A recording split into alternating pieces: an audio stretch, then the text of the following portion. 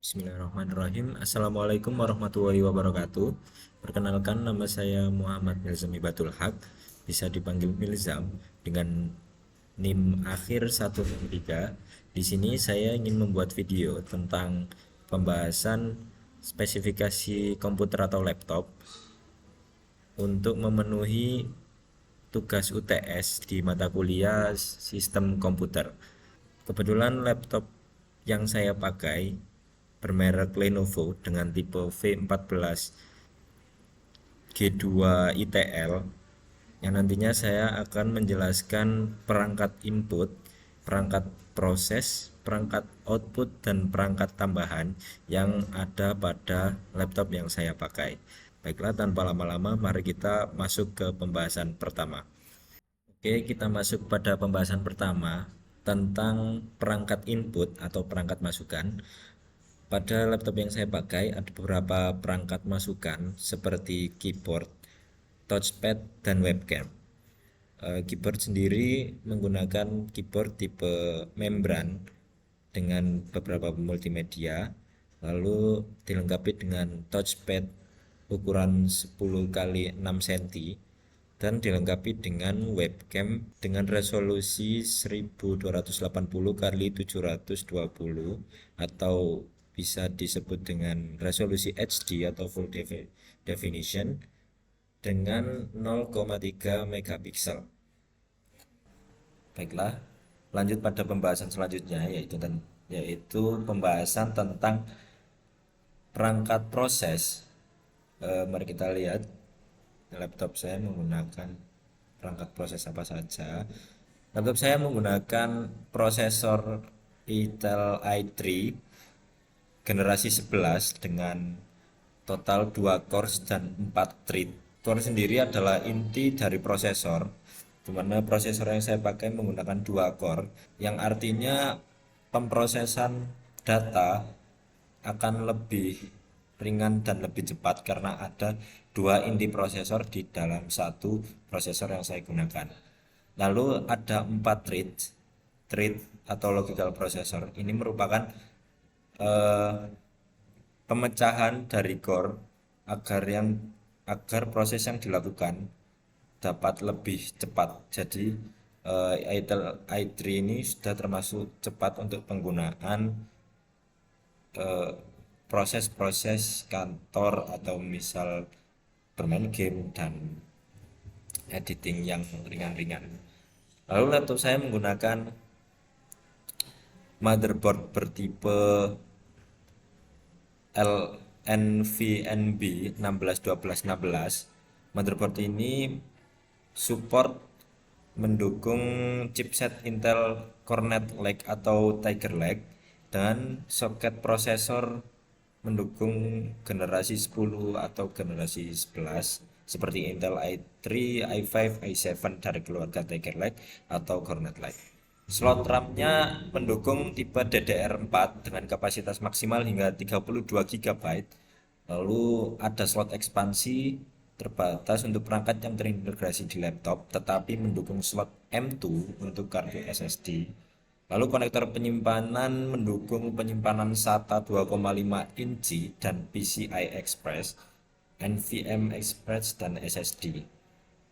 Lalu port termasuk beberapa port USB 3,2, USB 2.0, HDMI, port Ethernet, dan jack audio.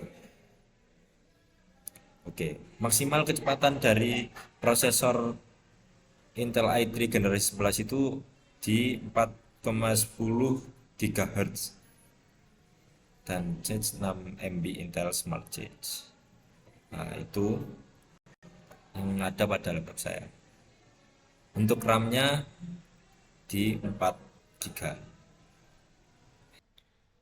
Oke, kita lanjut pada perangkat output. Di sini di laptop ini ada dua perangkat output yaitu monitor dan speaker. Kita lihat spesifikasinya di AIDA Extreme. Untuk monitor sendiri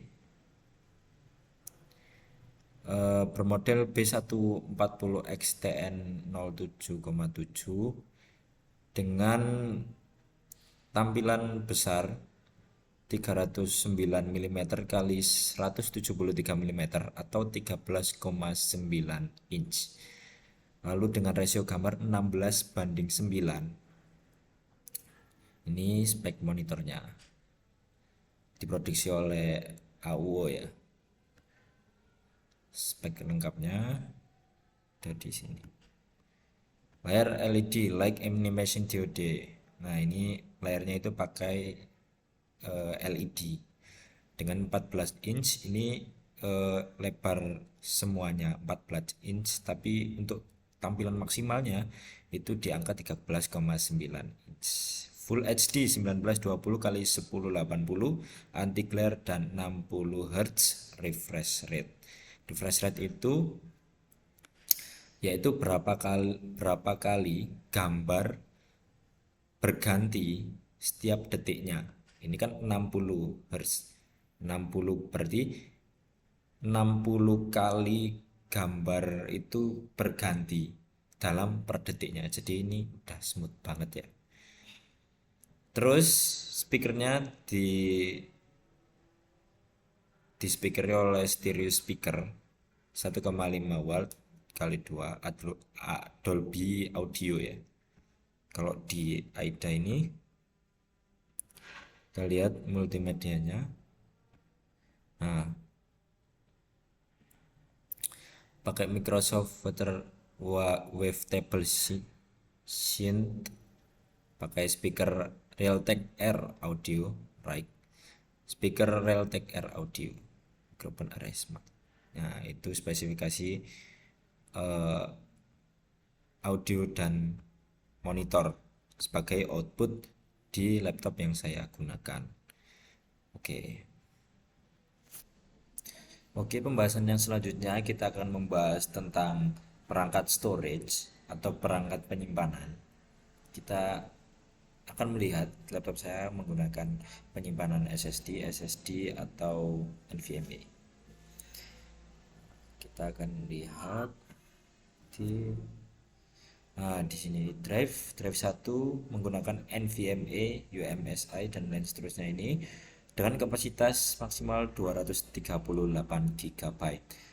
NVMe ini adalah penyimpanan dengan transfer tercepat di kelasnya dibandingkan dengan HDD, hard disk drive atau SSD.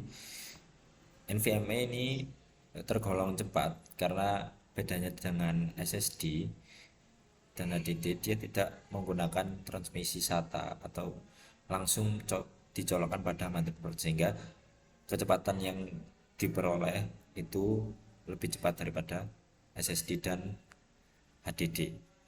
Namun SSD dan HDD ini hampir sama dalam teknologi penyimpanannya dibandingkan dengan HDD atau hard disk. Dia menggunakan piringan magnetis untuk penyimpanan data, kalau ini sudah konduktor atau penyimpanan dengan teknologi cepat. Lalu kita lihat di manajemen komputer manajemennya di sini. Nah, ternyata tidak full 238 ya, tapi angka asli di angka 237,23 GB. Ini kapasitas keseluruhan. Nah, di sini kita bisa melihat di komputer manajemen. Di sini cuma ada partisinya satu partisi di disk C. Lalu kita akan tes kecepatan baca tulisnya si NVMe ini di Crystal Disk Mark 8. Ini kita akan kecepatan baca dan tulisnya. Nah, kita dites di ukuran test file 1 GB. Jadi ukuran file yang akan dibaca dan ditulis itu 1 GB data. Dengan kita cek akan muncul angka berapa. Oke, Kita tunggu beberapa saat. Nah, muncul angka read-nya di angka 1491 atau megabyte per second atau 1,4 gigabyte per second. Lalu untuk kecepatan tulisnya di angka 177 megabyte per second, nggak sampai 1 giga. Memang kecepatan baca itu lebih cepat daripada kecepatan untuk menulis data. Jadi itu di pembahasan kita kali ini di perangkat storage. Lalu kita lanjut ke materi selanjutnya, yaitu tentang perangkat tambahan atau peripheral. Di laptop yang saya gunakan ini, perangkat tambahan yang digunakan itu adalah GPU atau Graphic Processor Unit. Kita lihat spesifikasi GPU-nya di sini. Saya menggunakan AIDA Extreme, AIDA 64 Extreme untuk melihatnya. Kita lihat adapter video atau menggunakan Nvidia GeForce MX 350 dengan memori 2 GB, lalu dengan kecepatan GPU 151 MHz. Nah, dengan tipe bus memori G2 GDDR5 Micron 64 bit dan waktu realnya 202 MHz. Nah, ini dia pakai Nvidia GPU-nya. GPU ini membantu prosesor untuk melakukan proses rendering gambar. Jadi seperti tampilan yang ada di monitor ini, itu merupakan hasil kerja daripada GPU atau Graphic Processor Unit. Nah, ini sangat meringankan beban CPU yang sudah dibebani oleh proses-proses penghitungan dan pengaksesan. Maka GPU ini akan membantu untuk segi tampilan seperti pengeditan gambar atau pengeditan video, bermain game. Itu fungsi GPU ini sangat penting. Apakah bisa laptop yang tidak memiliki GPU? Bisa saja, tetap bisa, namun kerja CPU akan jauh lebih berat karena tanpa adanya bantuan dari GPU untuk memproses gambar. Nah, itu sudah, mungkin itu saja yang dapat saya sampaikan. Terima kasih telah menonton. Kurang lebihnya saya mohon maaf jika ada salah kata atau salah informasi. Saya juga ucapkan maaf sebesar-besarnya karena manusia pasti tidak luput dari kesalahan. Ihdinas siratal mustaqim, fastabiqul khairat. Wassalamualaikum warahmatullahi wabarakatuh.